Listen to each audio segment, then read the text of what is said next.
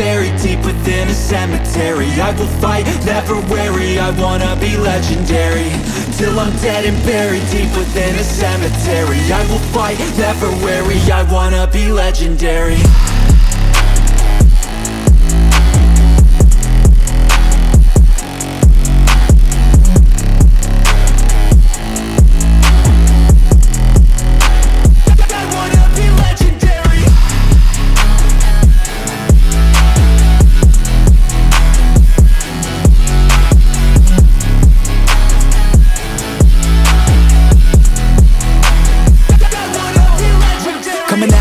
I'll be last place, that's alright, I don't work at a fast pace. I'm a steady horse creeping up straight past it. And once I pass you, no one's getting past me. But 8 losses really against decent opposition. And to all of a sudden, with no delay at all, string together 9 consecutive wins. Has that ever happened to your knowledge? It's an amazing turnaround, It would have. I think Sydney's done a few things where they've been like 3 and 8. I think they made the 8. And they made the 8 when they were. Well, they shouldn't have even you got might be right, but it's very rare. So No, it is rare. what do you think can turn things around like that in a team? Whether it's the real harder conversations with the group, and It's got to be psychological. well, It's not physical. It does feel like Carlton's bought into more, second half of the year around team defence and putting a price on it, and that's the key thing. I think it comes down to that word that you used before, trust. I think they've learned to trust each other again, and back each other, and take chances. They're more daring. They're prepared to take that kick into the corridor. Whereas during that run of losses, we were almost too afraid to do anything other than kick down the line and near the boundary line. Yeah. Well, where does that come from? Is it the coach? Where does it come from? Well, that's right. But who gives there's someone in a leadership form that gives the I suppose the right to do things and be not fearful of making mistakes. Yes. And is it the captain saying it? Is it Vossi saying it? Cripps? Is it Wiedering saying it? Come on, let's do this, and then the buy-in, and then the. Is that what happened in '95 with you guys after having lost in '93, '94 to some extent? Not that you ever had a big run of losses, but did you guys have a bit of a heart-to-heart with each other about, come on, let's put this together this year, let's really make it happen? I think it started from the Williams conversation. From that Williams one. Yeah, I think that opened the door for everyone to talk about their expectations on others. Especially through the pre-season. And there's the whole thing, like something's opened up for everyone to talk about it. That's right. Yes. He gave the conversation. And we talk about the leadership, whether it was Cripps or Vossi. Well, this time back in '95, Williams wasn't the captain, but it was a person in the leadership group that sort of said, "This is what we expect, and this is what we want to do." And that's amazing. Yeah, that's amazing. Let's go past the '99 grand final, because that wasn't very memorable. 2000 was another fantastic year for you individually, and 2001. That was Parko's last year, 2000. We got to a prelim, but again, injuries crawled us right at the wrong time of the year. I think we played, remember that game we played against Essendon? It was a home and away game, but we had about 95,000 people there. And Kuda went down with a knee, and Bradley went down with a hamstring. And then during that final series, Silvani ripped his hamstring off the bone against Brisbane, I think it was. Again, if you're not right at that time of year, that's what it's hard to make it all the way, isn't it? I don't reckon we would have really. But you know that game against Essendon, we'd had a big string of victories, like 13 or something. Yeah, we did. Yeah. And Essendon was flying that year. And then we lost to Melbourne, and we had to play. We played West Coast, I think. Yes, we had. And then we played the Bombers back at. And then they beat us. They beat us. So that was Parko's last year. Did you feel like it was right at that stage to change to Wayne Britton? I mean, obviously Parko felt like his time was over. Wayne Britton's probably the most tactical coach that I've been involved in. Had a great footy nous in regards to moving the magnets. I think we played the Bombers when we drove to the game, and Kuda was out, Sauce was out, and Braddles was out. And, he said, it was Braddle's captain, Sauce vice. And he said, you've got a captain now. So I went from under those blokes to then captain the team. So you were captain that day? I was, yeah. Oh, was that your first day ever as a captain? Yeah, I was going to stop then, because one... Anyway... So that was the prelim? No, that wasn't the prelim. That was just a home and away game. Right. And Britain set it up, and that was in Wales. 2001. Yeah, and where he wanted us to kick the ball and how he played was, it was brilliant strategy. Yeah. And he did it really within. It's amazing how many of your teammates really speak highly of Wayne Britton and feel that he was very harshly dealt with in being sacked at the end of 2002. It was an injury-riddled year. That's not like Carlton to sack a coach. Sorry, I did. I forgot who I was talking to then. He made one mistake, did he? And he got the sack. We'll get to that. We'll get to that in a minute. Jeepers, I've never seen that before. But I mean, obviously, you rated him. He was apparently coaching us match day in 2000. Even in 99 and 2000, they were telling us that he was coaching us. Well, he had a big influence on David, and then Parker was more of a spokesman for the club, and doing all the media and all that. Your point earlier around the management side, Parker was managing the players and doing the reporting, and he left strategy over to Wayne, and that became a really good combination. And that's what it is. I think the game has evolved like that. Well, that just goes to show you that, as you say, you can't be jack of all trades and master of none. No, that's right. Focus on what you're good at. Have someone else to help you with what you're not good at, and together you can actually make a good team. I think Wayne didn't want to do the corporate side and the media, and he liked the footy. He was a footy man and footy person. So I think the combination while they were working together worked really well. So when he took over and had to do that all on his own, was that part of the downfall? Is that he was forced as part of the role to do all that stuff that he didn't really want to do? No, not really. The year that he got the sack, I think we won 3 games, had a average losing margin of 22 points. And we had 3 players out of our top 10 play over half the games. There was injury. You can't compete with that way. No, but unfortunately, like footy man, it's like they're hard, aren't they, man? Like you don't. The problem for him was I think if we, especially can't. Well, if we took that in any business sense, and you just said, well, I'm in the manufacturing and we've got 20 machines but only 10 work, and you still want me to produce the same, the realistic view is you can't. That's exactly. So why don't you do that in sport and and I'm just talking about Wayne Britton. That's right. You can't produce. I don't know why. Because it's why? Like anyway, you just can't do it. I know. We're gonna. What do you want me to do? That's right. What do you want me to do? I can't get that. I think part of what Wayne Britton's problem is that he'd come off a year before where we'd made the finals. I think we lost to Richmond in a semi. So we'd experienced 3 years of being in the finals, 99, 2000, 2001, and all of a sudden, wham, straight down to the very first wooden spoon we ever had. There were people coming after John Elliott as president, thinking that this is the time to go for the throat in terms of getting a total turnover of the board. And I think John Elliott saw that he had to make a crucial move to renew hope in the supporters, and that's why he ended up getting Dennis Pagan across, because he was a twice premiership coach at North and thought, I've got to land a big fish here to save my own skin. That's how I see it. Do you see it similarly, or because I think Wayne Britton was caught up in the backwash, if you like? I think the biggest thing it was an unfair sacking. I think it was too. And I think the big part that didn't help Wayne was not whether he was this or that. He hadn't played the game, and I think what people looked at then too was, he doesn't have the credibility of X, Y, and Z. But he was a very good coach. It's unfair, isn't it? It is unfair. It is because some of the soccer coaches didn't play the game at the highest level. Basketball coaches now, the NFL, the game isn't like that. It's more. Well, have a look at Chris Fagan at Brisbane now. Did he ever play AFL football at the highest level? Well, he went and trained at Essendon, played 320 games in Tassie.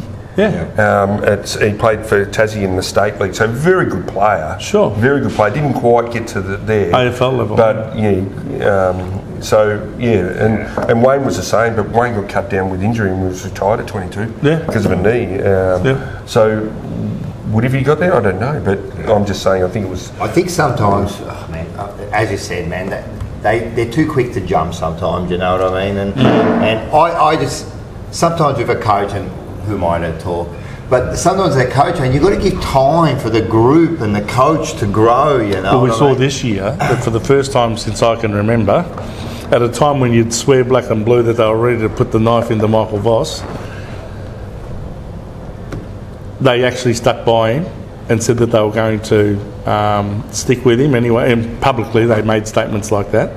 Maybe another couple of losses might have seen a different outcome. That's the worst thing when they come out. I know. It's only 2 weeks. I know. We were all worried for Michael Voss because they said that he had the full support of the board. Yeah, that's right. But they did technically stick with him, from president to CEO to football manager. Yep. And it has turned around.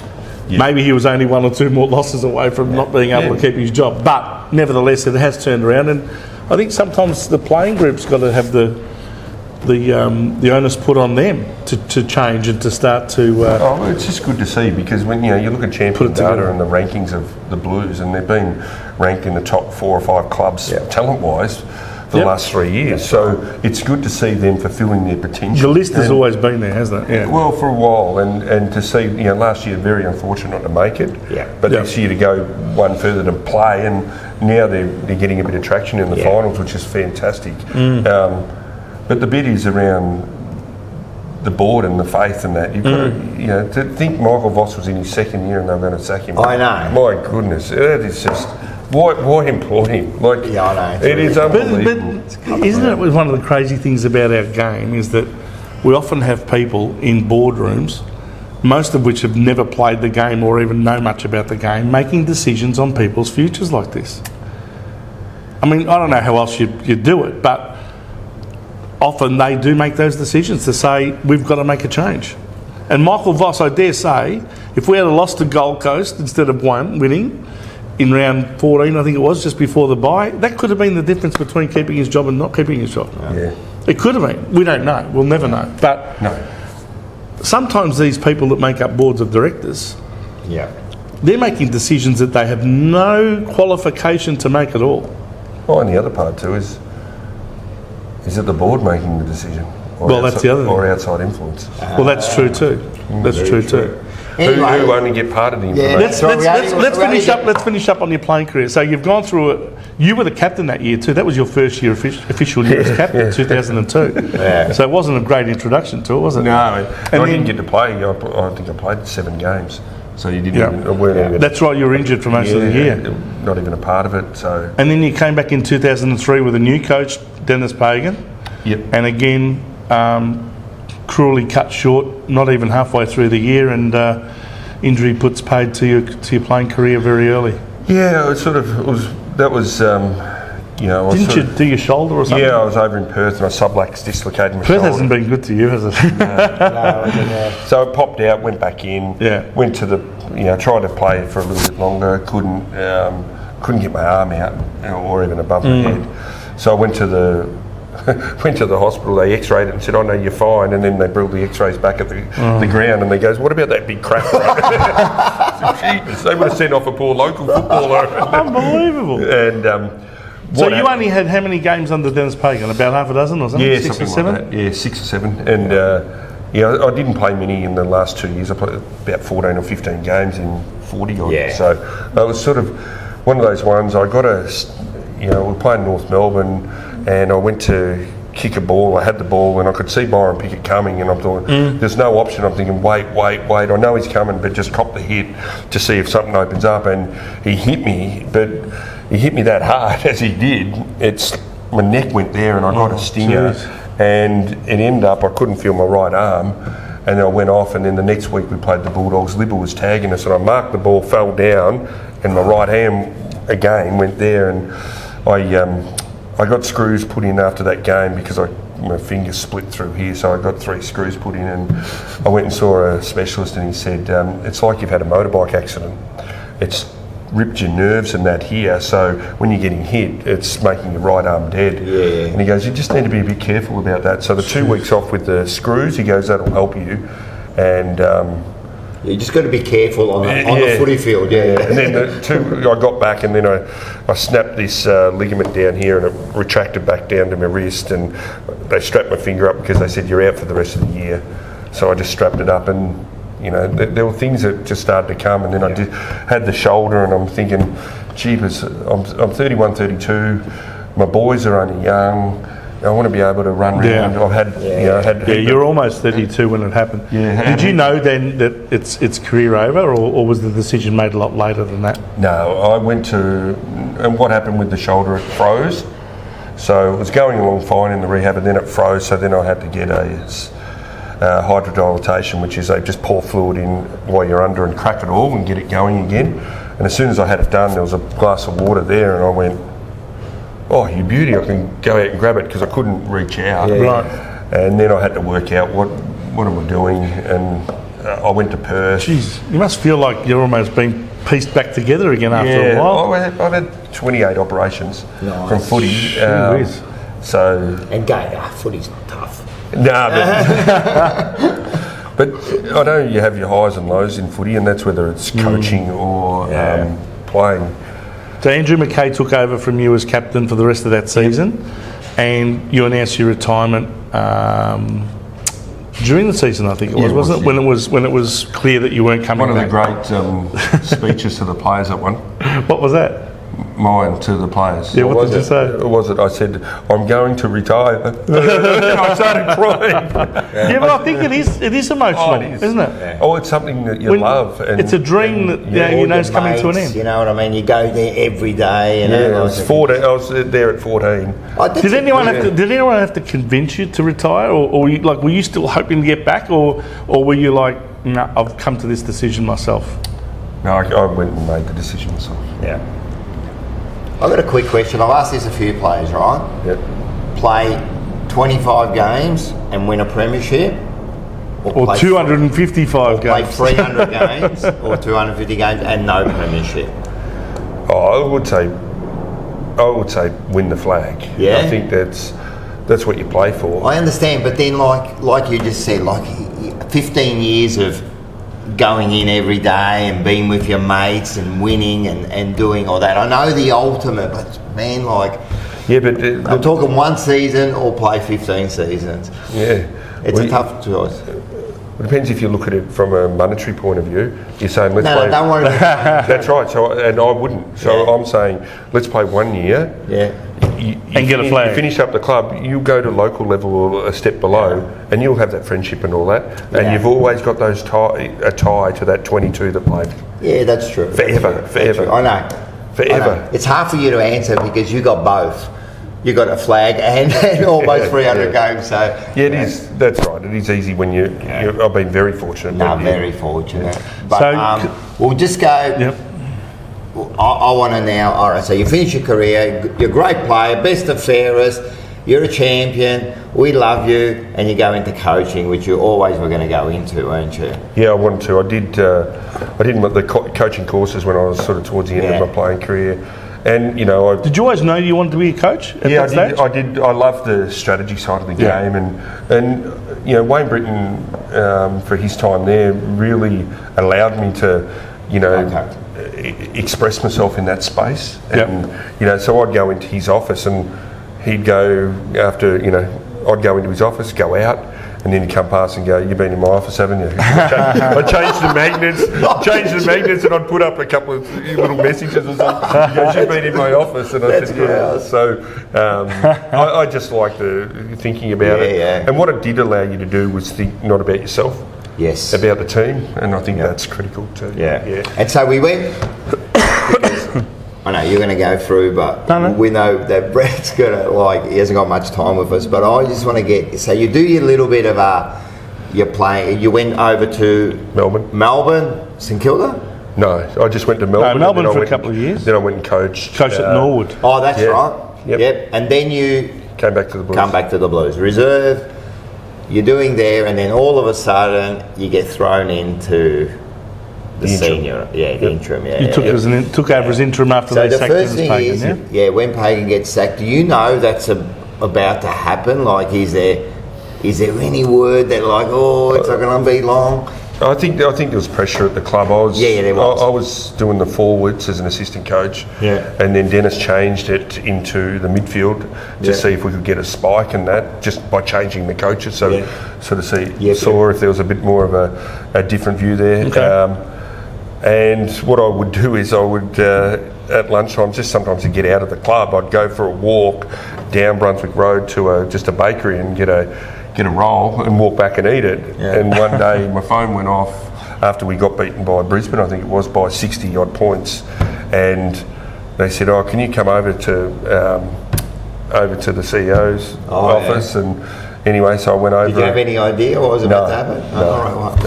But there's always the media whisper, course, and of you know, I think this was after Carlton lost to Brisbane up there by a massive margin, and I think Jonathan Brown kicked 10 goals. Yes, he did. Yeah, he did. Jonathan Brown. And then they said We'd had about four heavy losses in a row. That was the last of. I can recall about 4 really big 10 losses. goals plus. Yeah. And So you go up. I go up, and they said, "We're going to sack Dennis. Would you do the job?" And I said, okay. And I've Let me got a think about it. roll here, and I've just gone for a walk to clear my head. And Let me think about it for 2.5 seconds. That's a bit of a bittersweet because you're friends with Dennis, correct? yeah, Right. Now you know he's going to get the sack, but now you're also going to get your opportunity. That's like. well, you don't know if you're going to get your opportunity, but you sort of, the thought was. Well, it's a bit of an opportunity. They're throwing you into the. Yeah, it is an opportunity, but it's not like you've got the job or anything.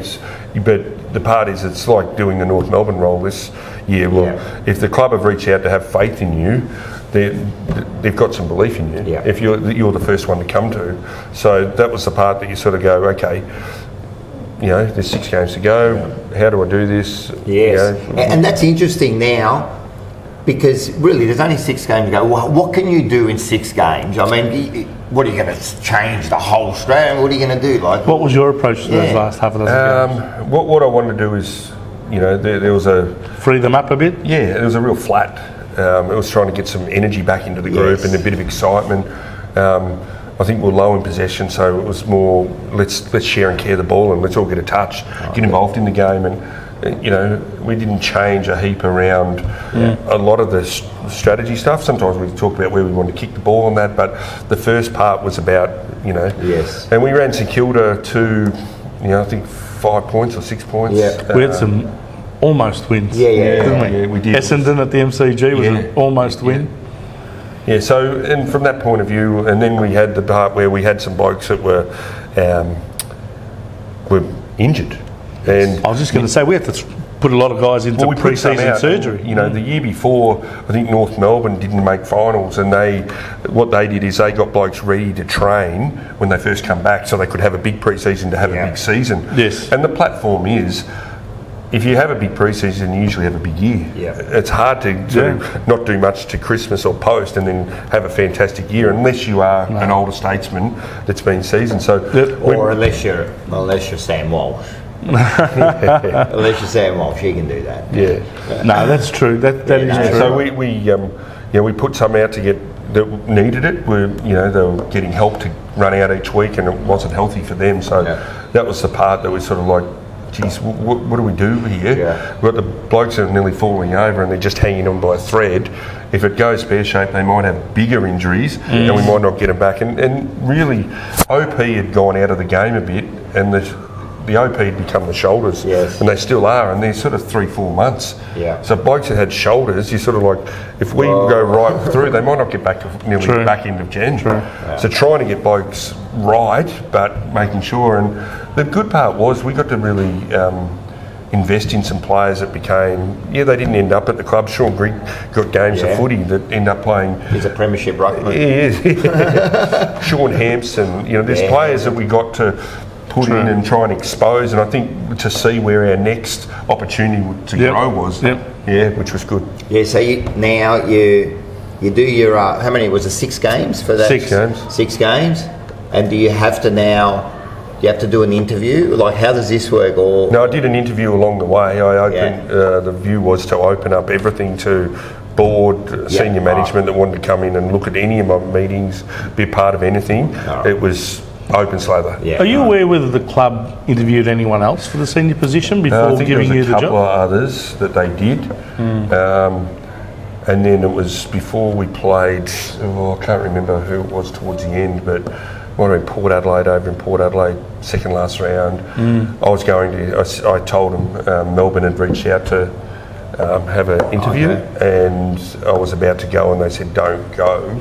That's right, because that last game against Melbourne, which was often referred to as the Cruiser Cup, both coaches, you and Mark Riley, were interim coaches. That's right. Because Neil Danaher had departed halfway through that season. Yeah. So here is Melbourne reaching out to interview you. I wonder whether Carlton interviewed Mark Riley. But Mark anyway, ended up coming. I was just going to say, he ended up coming to us. And I think, I was just going to say, when you were appointed the interim coach, I sensed around the club immediate optimism and hope. We loved it. And yes, this is what we need, a Carlton person back here, someone that we love, someone that we trust, and someone that we should give a go to. And I think you had the entire Carlton faithful wanting you to get that position. I don't think even if they had interviewed one or two others, they ever had a hope. Yeah. And even though you lost all 6 games that you were interim coach for, we could see already a change in the way we were playing. We didn't care. No, but we saw a change in the way we were playing, because before that, Dennis had lost the players as far as I was concerned. Yeah, those heavy losses just showed me that the players had lost hope. Probably just, we played some good teams like St Kilda and we lose by a little bit. Sure. I think we got whacked by... We might have copped one or two whackings. Colin got us at the G, I reckon, pretty heavy loss. We had some games that were just in the balance and we just couldn't quite get over. And, but we're starting to work out our system. I reckon and how you could see it was just... Now, I've got to ask you something. There was a pretty big name that came to Carlton at the end of 2007. Yeah. Did you have any inkling that we were going to get him over from Western Australia? Oh, there's talk of it behind the scenes that we were one of a couple of clubs to reach out. The sad part about,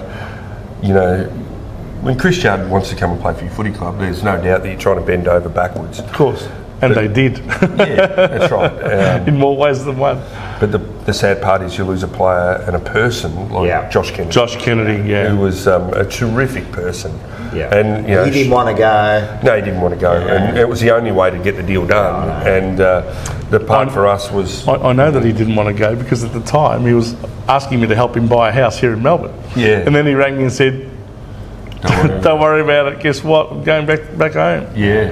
And I said, why? That's the sad part. Is as much as the joy of getting Judd and the influence he could have on the footy club, you lose a player like Josh, who was going to be a player of great quality over a long period of time. Of course. But it's the same with playing in the grand final. There's always someone that's going to miss out. But we needed the leadership, didn't we? Did you feel like Chris Judd was the perfect person to come across and lead the team, even though he'd never played a game for the club? Yeah, I think so. I think when he had the respect of everybody before he got there, he knew what success looked like. He'd been a part of it at a different club, which is great to, I think if you've got a lot of people that have watched the success from one premiership team, it's great to see what others did, because everybody's journey is a bit different, and the way you got there and the way you won. Can I ask you a hypothetical question? Yep. Lance Whitnall was told it's over at the end of 2007, even though he was the captain. Yep. So Chris Judd comes over 2008. If Juddy never came across, who would have been your choice to captain that team? Jeepers, I've got to think it was... Would it have been Nick Stevens or Heath Scotland or Cade Simpson or Andrew Carazzo? I think Carazzo would have been in the mix. Yeah, he was always talked about. Yeah, I think... They were seen as the main candidates before Judd came. But there was a void. There was a little void there. So to bring Judd in, the fact that you're hesitating just tells me that there was no obvious standout candidate. No, there wasn't. I think it would have gone down. So therefore, it was right to give Judd the job. Yeah, it was. Yeah, and I don't know if he wanted it. He probably would have rathered somebody else do it, I'd say, to come over and just... But he accepted the responsibility, didn't he? Yep. He could probably see that it needed him to do that too. Well, I think that's part of coming across. Yeah. It was, he... So what was it like coaching a player of that ilk? Did you find that a challenge in how you treated him versus how you treated the other players? No, not really. I think... Did you challenge him as well? Do you think the top players need to be challenged just as much as the ones that are not quite as good as him? I think... Or do you tend to leave them alone to do their own thing? Probably leave them alone a little bit, but I think the biggest challenge you have with the bigger players is getting them to be more selfless. Right. What you were talking about with the 95 and that, yeah. So, you know, like... So it's not all about them, sort of thing. Well, that's right. And if the part is, when will they give themselves over to give somebody else the opportunity? Yeah. So instead of having 30, go and have 22 and kick 3. Yeah. And have a different influence on the game. Or still get 25 and kick 2, but allow someone some opportunity to grow as a midfielder because of the bigger picture in case you're injured. Like what Greg Williams did, as you were saying That's before. right. You know, he wanted to be playing the centre, but it was best for the team that's for him why- to play forward. That's why Craig Bradley played for so long. Yeah. Yes. You know, he ended up going to defence, didn't he? That's right. He went and played on a wing. He went and did some run with roles. He gave himself over to the team. Yeah. And as good a player as he was, he could have said, "Oh well, I'm just going to play on ball, and this is where I play." But he allowed the team to still keep growing, and that's why we played in the '99 Grand Final. Yes. Because others were allowed to still grow, and he went and filled other roles and played his part. My word. Yeah, that's a very good point. Yeah. So, first year that he comes across, we get up from the bottom of the ladder up to about, I think, 11th in 2008. And 10 wins. Yeah, it was a pretty good first year for you. We lost 3 games by under 2 goals, so we could have maybe got 11 or 12, but we didn't. But it was a good improvement. And then 2009 and 10, we make the finals, but go out in the first elimination final. How was that making first final as a coach? Yeah, It was the one in Brisbane at the I Gabba, know. remember? Heartbreak. I sort of look back on all that final series and say, and this is why it's so important, and it's a national game. But the big thing is, you've got to get home finals. Yeah. So we play Brisbane the first year, lose by 7 points. Then we play Sydney, And lose by 5. hit the post 3 times. I haven't let it go. But, I remember. I remember and then that. we're out in straight sets. Then we play a home final against Essendon and win by 82. Yeah. And then we go to West Coast and lose by 3. Yeah. I probably thought, thank God we didn't play the finals the year after, because we've lost by 7, 5, 3. And I thought, we'll lose by a kick next time. Or by 1 point. But, they're just so important to get home finals. And, we probably had little hiccups where, in a season where, we get up from 6th to 5th and we get that home final, and we just were so close but not quite good enough. The elimination final win in 2011 must have been a huge relief. To beat Essendon on such a big stage by over 80 points, that must have felt fantastic. Yeah, it did, and we lost Gibbs with a... Yeah. We lost Gibbs with a... Well, that's the thing. shoulder. We only lost to West Coast the week after, but we didn't have Gibbs and we didn't have Cruiser. Didn't have Did we? Wade. And Wade. And so we were We were relying going to on play Sean Hampson Yeah. Instead of Satanta in the ruck as the second ruckman. Yep. And Hampson had kicked 5 goals the week before at VFL level. And decided to go for a run with Megan on the Monday or Tuesday night, slow job, and he rolled his ankle on a gutter on the driveway, twisted it. And Braddle's always said, "My God, but if Megan asked you to go for a run..." So we could laugh about it later, but at the time he would have volunteered to do the running with her instead of Sean. It was I remember that heartbreaking loss in Perth. We were there. Was that Walker's? That's the one where Walker should have got a free kick. Glass was hanging on, but the part was we gave a double goal at one point, a ball where it was just a silly free kick off. You the can ball. look at like a million little incidences That's in right. a game and then pick one and another. Yeah. 2012, very challenging year. I remember because of how well we went in 2011, there was a lot of expectation put on the team by the board. The message was, it's top 4 this year, guys. That's what we expect. I think even you might have said something at an opening speech in the season launch that year. Come on, boys, we've got to make top 4 this year. Yeah, and it's interesting. Do you tend to put a noose around your own neck when that happens? Well, I think it's about the reality and the fact. If we've got our team, full fit team, and we're trying to make top 4, I think expectations are right. I don't get that. But that's an ambition, isn't it? That's an right, aspiration. exactly. It shouldn't be a minimum expectation, though, should it? No, well, I think you look at it, how it pans out through the year and how it played out. Of course. I think, the bit is, we can sit there and say, oh no, we just want to play good footy and gel together and do. No. Or do you try and lift the bar on course players about if this is the expectation, do they then, when they get there, and hopefully they do, it's not as big as you think because this is where we thought we're going to be anyway. That's right. That's exactly right. And if you're around that eighth, if you're around that top 8 or top 10, like why isn't top 4 what you should be aiming for? Like I don't get why people go, why are you putting pressure? Because that's where we should be. We finished 3 years underneath, and West Coast did that too. I think with Woosha they finished 3 or 4 years where they finished 5th to 8, 5th to 8, 5th to 8, and then they went up bang and got themselves into that top 4 and away they went. So it was sort of a similar path for us. I don't have an issue with having the aspiration, but the point I'm making is that Carlton seems to be a club that very quickly puts expectation and lifts the bar, not just in terms of aspiration, but makes that a minimum acceptable standard. And if you don't get there, all of a sudden your job's on the line. And that's what it felt like to me, is that even though the aspiration was to make top 4, in the circumstances, considering how many injuries we had that year, surely you'd make an allowance for that, because despite all the injuries, we still won 11 games. Percentage of 100. And almost made the top 8.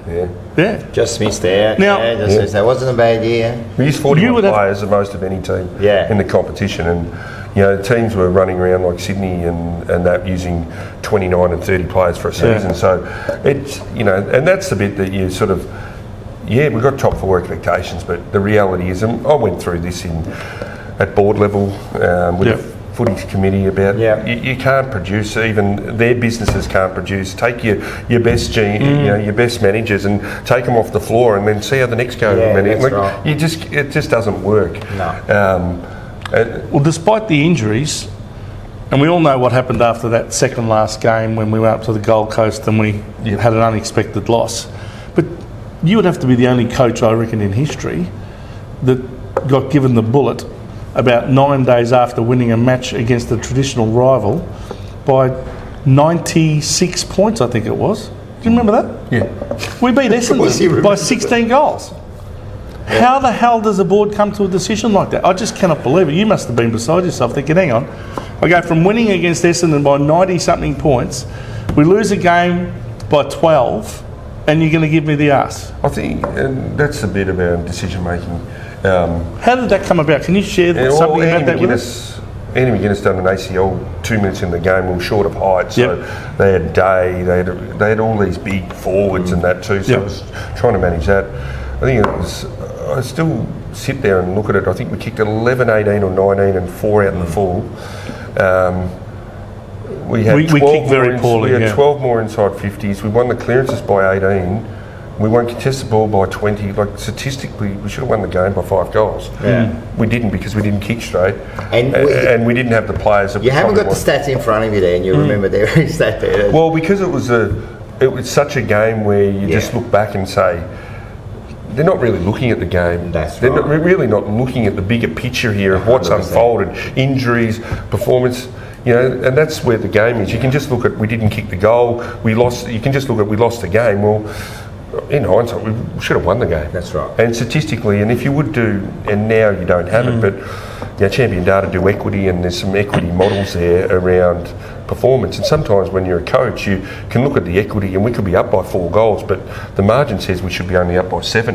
So you can actually say to the players, hey, well, it looks like we're going better, but we still need to clean this up. And then on the flip side, you can say we're down by 5 goals, but we're actually won all these stats. If we can just do this a bit better, we actually win the game or we get back in the game. So if you would have done an equity count on that game, we'd probably win by 4 goals. Yeah, 100%. 4 or 5. So. Did you see it coming?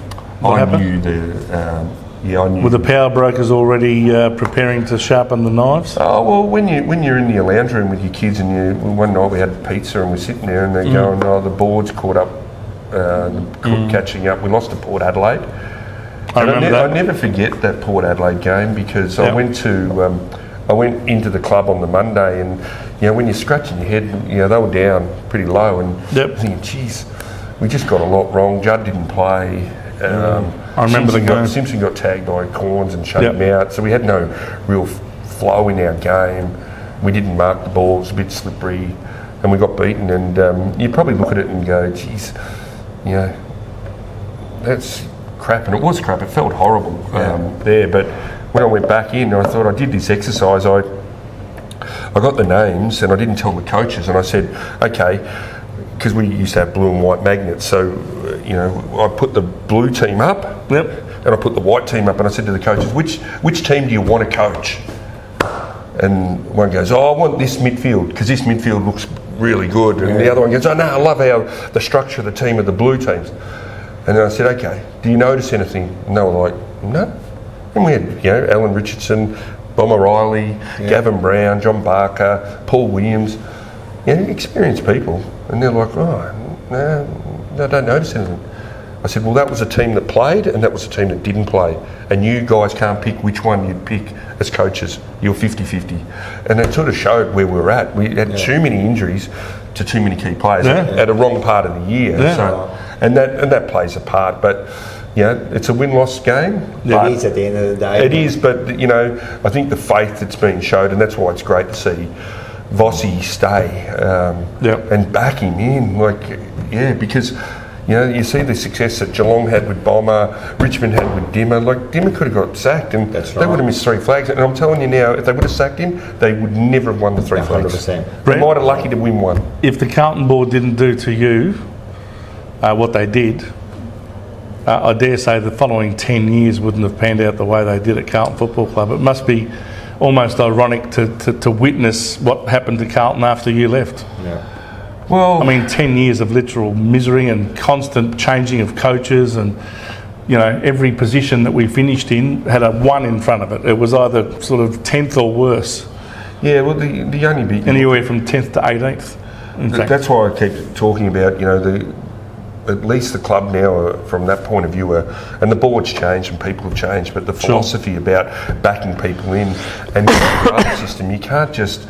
you just can't get one kid in and flick a switch he comes in and even know that there's been players, and having been involved with Harry Sheasel, his influence to come in and be pick 3 and then win a best and fairest. Yeah, it happens here and there, but some of these top 10 picks take 2 or 3 years. That's right. Some development. They're not all Sam Walsh again. Or they're not all Chris Judd. Yeah, and Judd did that at West Coast, come in and had influence where the Luke Hodge took a year or so before he actually got some traction, and 100%. Hodge was a superstar. So these players, Jordan Lewis picked 7 at Hawthorn when I was there, and that over time, and they just take a year or 2, maybe 3 to get traction and self-belief and get their body right and their ability to cope with loads and the game. And it takes time. It does take time. So, and we've spoken to a few ex-players who were there when you were coaching, and they said when you got sacked, they felt like, we just needed to stick together, and we were just at that point where we just needed to stick together, and everything was about to gel, and then bang, you get the sack, and it's all got to start again. You've got to build relationships. You've got to build. And so we kind of went a step back. So that's what they've been telling us. I believe that the thinking at the time, amongst the so-called intelligent hierarchy, was, we've got the team, we just need a different coach that can take us the next step.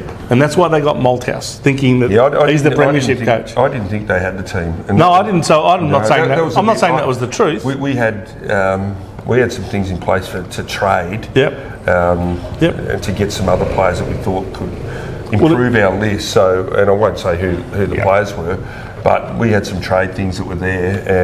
But I think most Carlton people thought, we have the coach, we just need to improve the team. And the thing is that the team was also decimated with injury that year, and it was a very unfair dismissal. Same as 10 years earlier with Wayne Britton, when he got the sack after 2002. Yeah, we were sort of a fifth to 8th, 9th sort of team. We needed to change and get a bit more talent in to get into that top 4. But that's why you needed to stick together, right? But it's not like you're down the bottom of the ladder, Rocco. They had 11 wins and 9 losses heading into that Gold Coast game. Have just finished thrashing Essendon by nearly 100 points, and they lose a game against Gold Coast by 2 goals.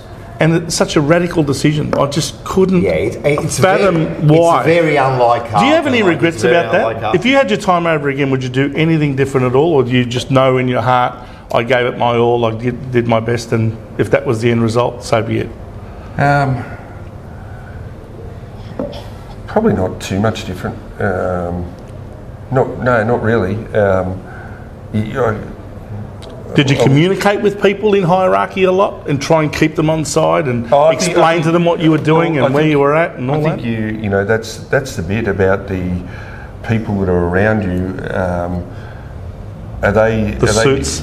Well, are they telling what's actually happening, or are they creating their own narrative to the story? Yeah. And that's what I can't control. So the bit is, I can sit there and focus on the hierarchy and let the team to their own demise, and just sit there and just let them go on. But my role was to be the coach of the team, not the networker to scout a job. That's right. And that's what I focused on, was the playing group. And if I could get them to play and and try and focus on what they could control, and that was us trying to win games of footy. So. Well, Brett, we're taking a hell of a long time, and we really need to cut this short now. But I just got one more question. Yep. And then we can cut this off. It's, how did you find out you got the sack? And then there was a bit about Sticks. You did the press conference with Sticks. Your best mates with Sticks. Like, how was that hard? Like, I don't know. Like, it was. Sticks was the president at the time. It was the president. Yeah, it was a weird time for all of us. That. I found out. I went into Greg Swan's office and just said, "Can we cut to the chase here? Let's just, if something's going to happen, just let me know, could you?" Yeah. And then he just said, "Yeah, well, something's going to happen." And then it went from there. So that was the Monday, I reckon. Yeah. Did Sticks talk to you at any stage before that announcement? No, I don't think. No, he might have. I can't remember. Yeah. But me and Sticks, from a playing point of view and respect for each other, are enormous. I've never been to Sticks' house. So, the boys that lived on the Essendon side of town and the boys that lived on the eastern side of town it's different. Yeah. So, from that point of view, I'd never been to his house at all, and still haven't to this day. Yeah. And that's the way it is. But if I see Sticks at the Hall of Fame or all that, we catch up and have a good chat. Of course, and Jen and his beautiful girls and all that. But from that point of view, we weren't. If we were going to catch up at a function and that, we would at the club. But it wasn't. We weren't on the same side of town, and we didn't. Even when he was president. My understanding was that even though he was president, he still only gets one vote in these matters, and he was outvoted. Yeah. That's my mail. I could be wrong, but I think you'll find he did not want to make that decision. It's all. It would have been heartbreaking, almost like clutching at his heartstrings. For everyone, I'm telling you now, it was heartbreaking. And you actually, after that, because you coached the last game, and then you did the press conference. You held yourself like. Oh, you walked away with your head held high. That's for sure. How was that like? Because. Well, it's tough like day for you. You can sit there and you'd say, in your whole footy journey, 28 operations, been sacked from 2 coaching jobs, and they've probably had, you could say you could be bitter and all that. And there's moments where you're pretty frustrated with it. But at the end of the day, would you do it again? My other would do it. You would, But the love of the game and all that, as hard as what it is, and the other responsibility is we can. It's like leadership, and leadership is just thrown around, but I think it's easy to lead when everything goes right. I think it is so hard to lead and keep to your values and your strength when things are going wrong. And that's a true leader, I think, is that when things aren't going right. When you're winning games of footy and it's easy. It's easy. It's easy. But through adversity, and that's why I take my hat off to Vossi this year. Through that period of adversity, he got things back on track, and that's true leadership. 100%. And we sit there and we can blame, and he did this and all this. Well, you got to take the facts in of everything that happens, and the facts were there. The decision was made. I can't change it. No. You can look in the rear vision mirror, but it ain't changing. That's right. Or I can look at what's ahead and the opportunities that I have for myself and my family and the game. At the end of the day, I love the game. 100%. And I think it's the people that make the game. And like everything in business and life, there's some good people and there's some not so. Yeah. And trying to work out where you sit and how you're there, just be true to yourself. Very good. Good message, and good message to finish on. I mean, look, we haven't even talked about since you got to Hawthorn and then St Kilda and North. Next time. We might have another chat about all of that side of it. Stay tuned for part 2. We'll finish at your involvement at Carlton by the end of 2012, so we'll leave it there. No worries. But Brett, it's been a wonderful chat and a fantastic journey that you've had in footy. And mate, what can I say? We love you. And We love you. We do. We do. Every Carlton person You I know are a loves you. great And 255 fantastic games. I think it was about 112 goals or something 17, like that. because I never 117, kick it, was it? but I think like everything, when you retired, you never made a mistake, you never made a fumble. I made plenty of fumbles and I made plenty of That's mistakes. all right. But, But twice All-Australian, 3 times best and fairest, 1995 premiership player. Is there anything more that can be Captain, said? coach. Captain of the team, coach of the team. You are. You're an ornament to the game, and of course you are in the Hall of Fame at the Carlton Football Club. Probably as a legend one day, you never know. Mate, thanks again so much for joining us. Thanks, mate. And now you're a legend of the jumper punch. Yeah. The jumper punch is our show. is it? Okay. But you know what I was waiting for there? To get punched by both of you. I was ready. I'm going to Thailand, and I was waiting. The shoulders a bit sore. I was waiting to cop one on each side. We'll finish up as we usually do by saying "Go Blues" after the count of 3. Ready? 3, 2, 1. Go Blues! Till I'm dead and buried deep within a cemetery, I will fight, never weary, I wanna be legendary. Till I'm dead and buried deep within a cemetery, I will fight, never weary, I wanna be legendary.